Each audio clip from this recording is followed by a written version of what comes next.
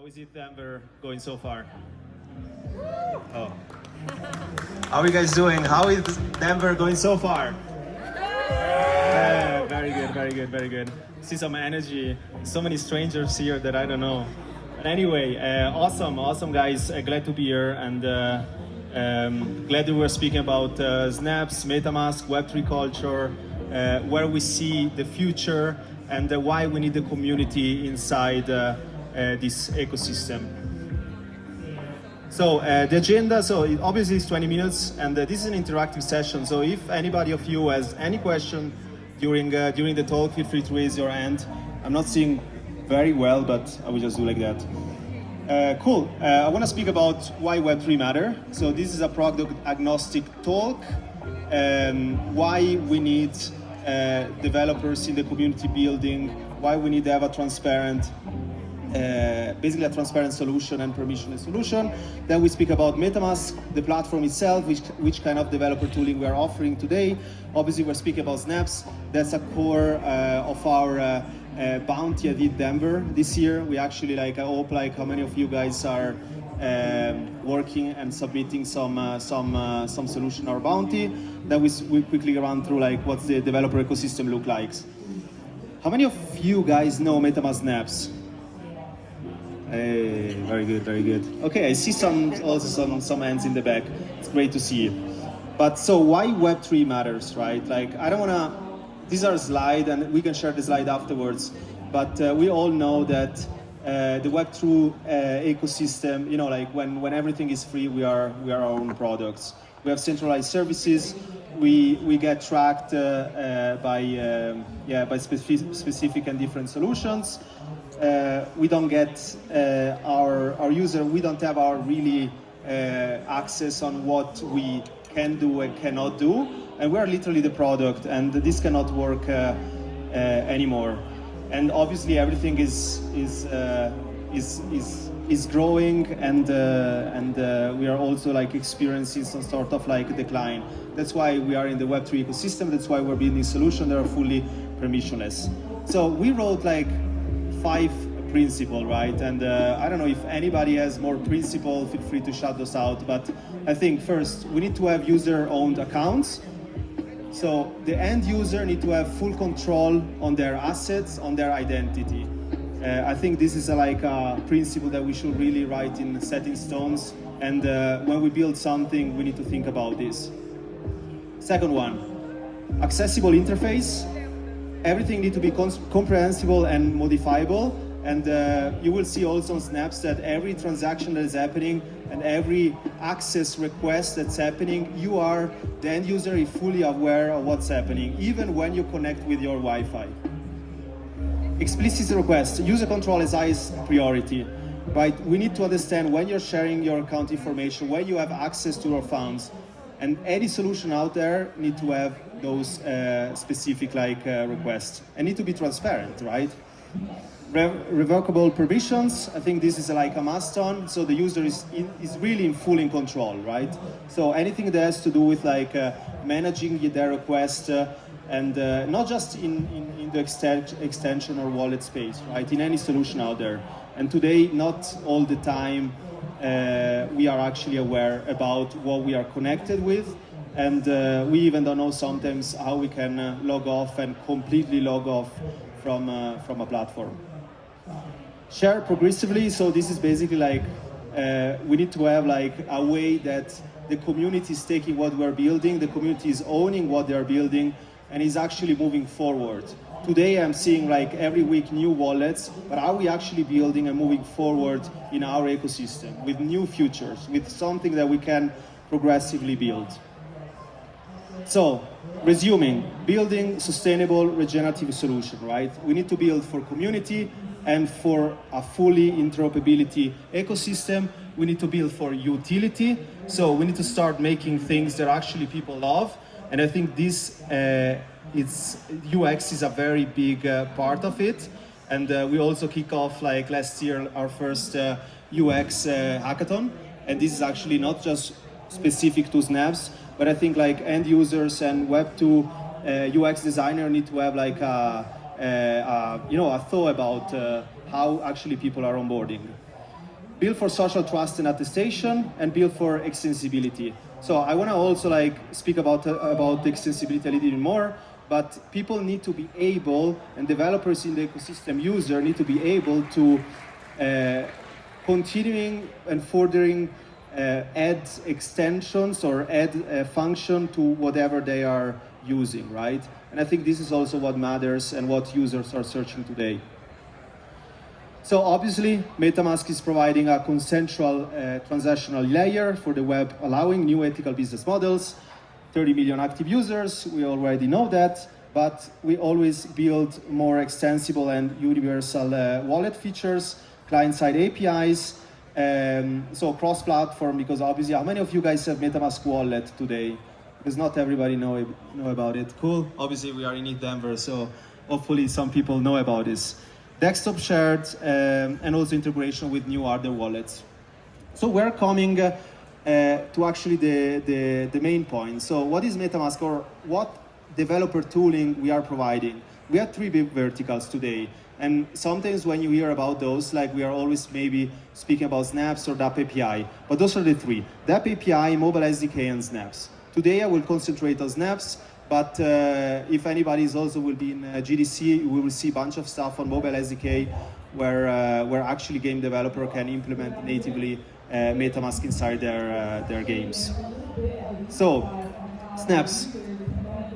Everybody understand a little bit what it is. We already explained in our bounty, but Snaps allow to extend the functionality of MetaMask today, fully in a decentralized and secure way, and actually user will keep control out of it, right?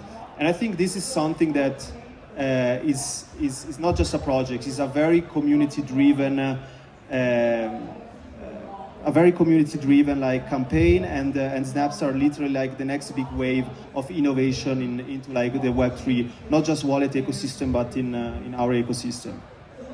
So trustless execution running inside MetaMask.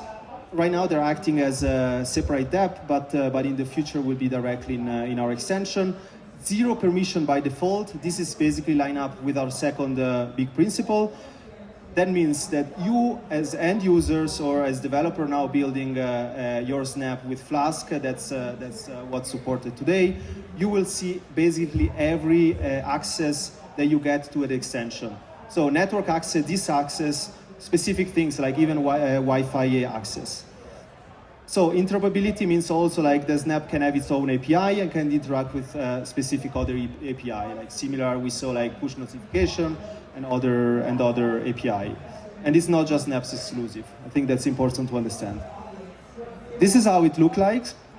And when we're actually like getting and is requesting for a permission, and even those two, they are kind of like really low level ask. They're displayed to the end user. Fetch and display transaction inside and access to the internet. So you are completely aware of what's happening in your Snaps and how it's interacting with the extension.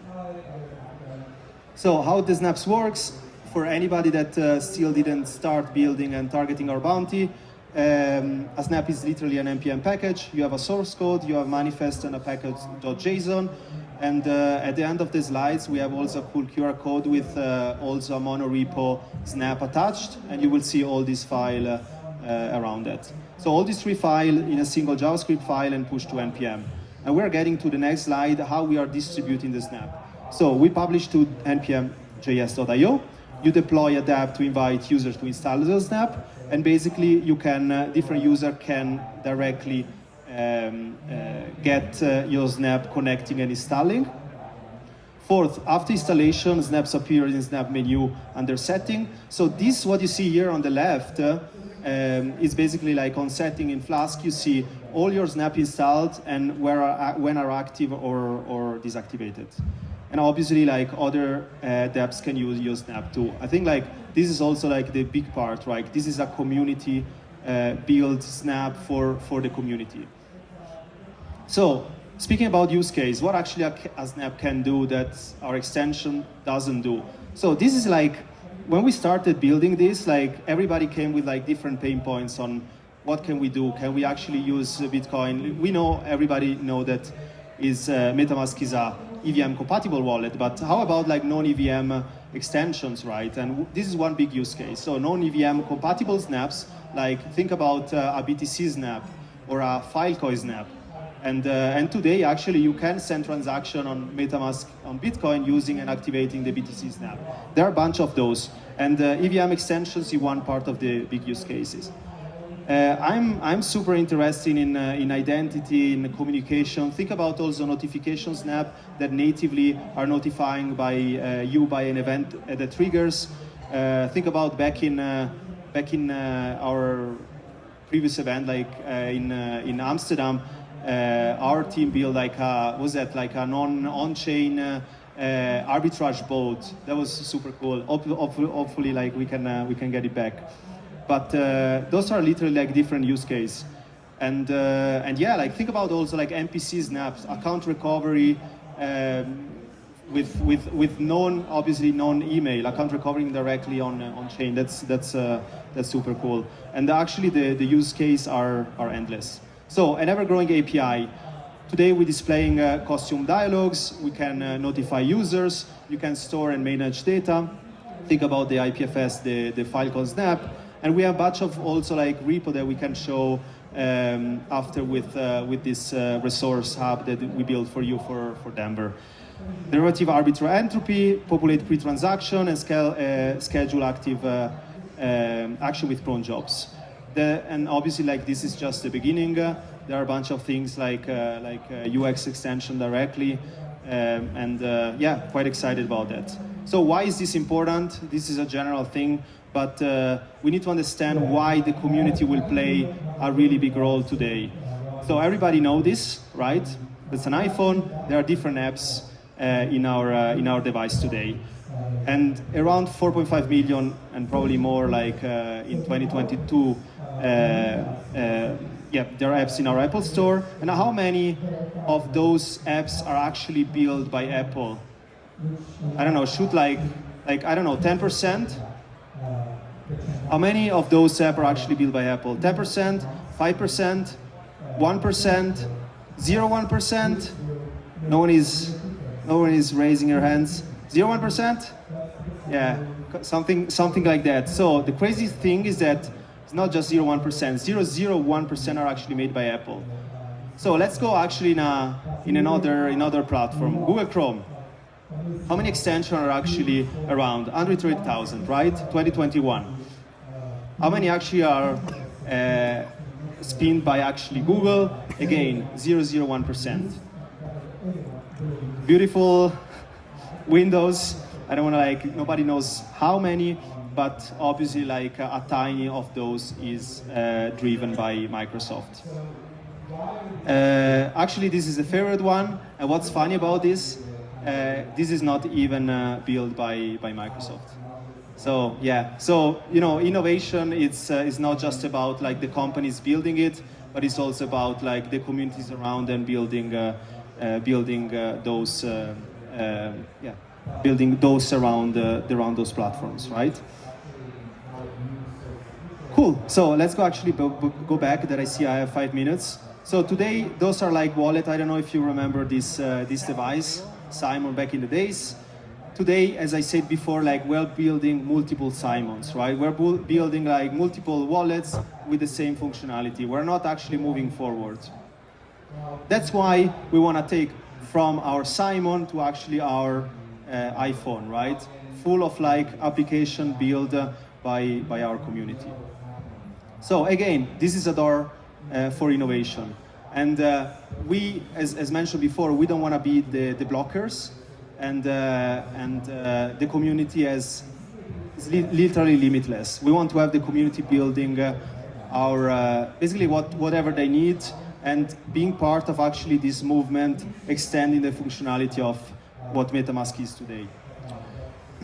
So here are a couple of links. So Flask is where snaps are available today.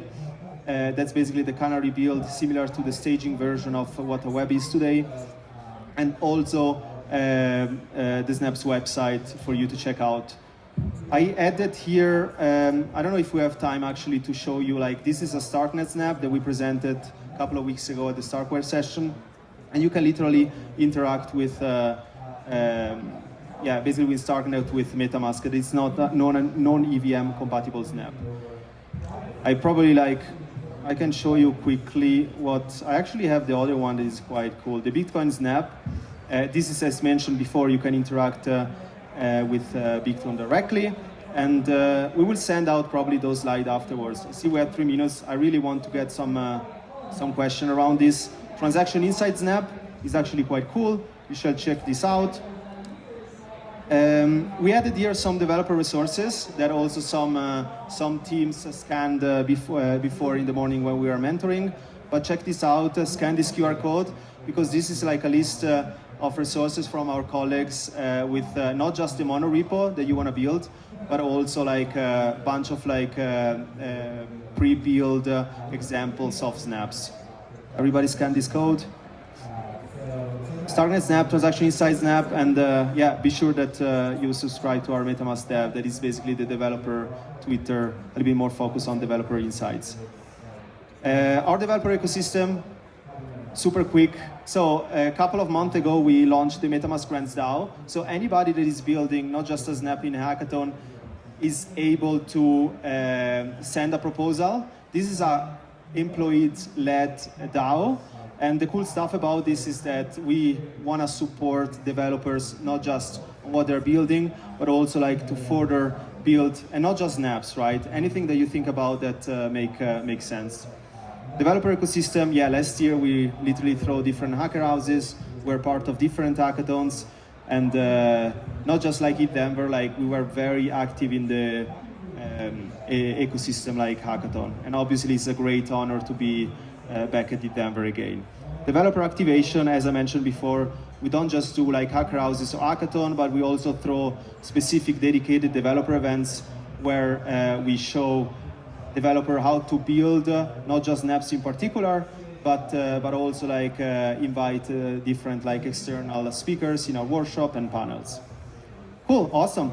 Thank you so much. Let's open, like, we have literally 2 minutes for questions.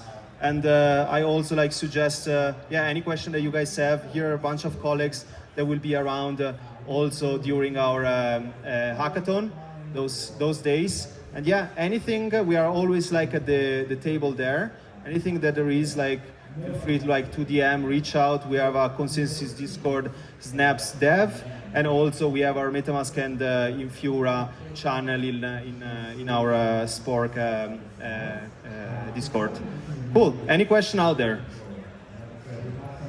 What is Flask and why do developers need to use it? So what is Flask and why developer need to use it? So as mentioned before, Snaps today is available with Flask, and Flask is the canary build of MetaMask. And you will see a bunch of cool extra settings in Flask today, right? And we're thinking about new settings that actually developer could think about. But today, for example, in specific with Snaps, you can go in settings and check out what Snaps you have activated. And there are a bunch of like auto detection features that you can check it out. And just go Flask and download. Most important thing is that Flask and MetaMask should not be installed in the same browser. So create a new profile or another. Just use another browser to build on that. The other question I saw on the back, yeah. Thank you. We can take it down here. Oh, I think we need to take the question down there. That we have a strict schedule. Awesome. Thank you, everybody, and enjoy and happy BUIDL.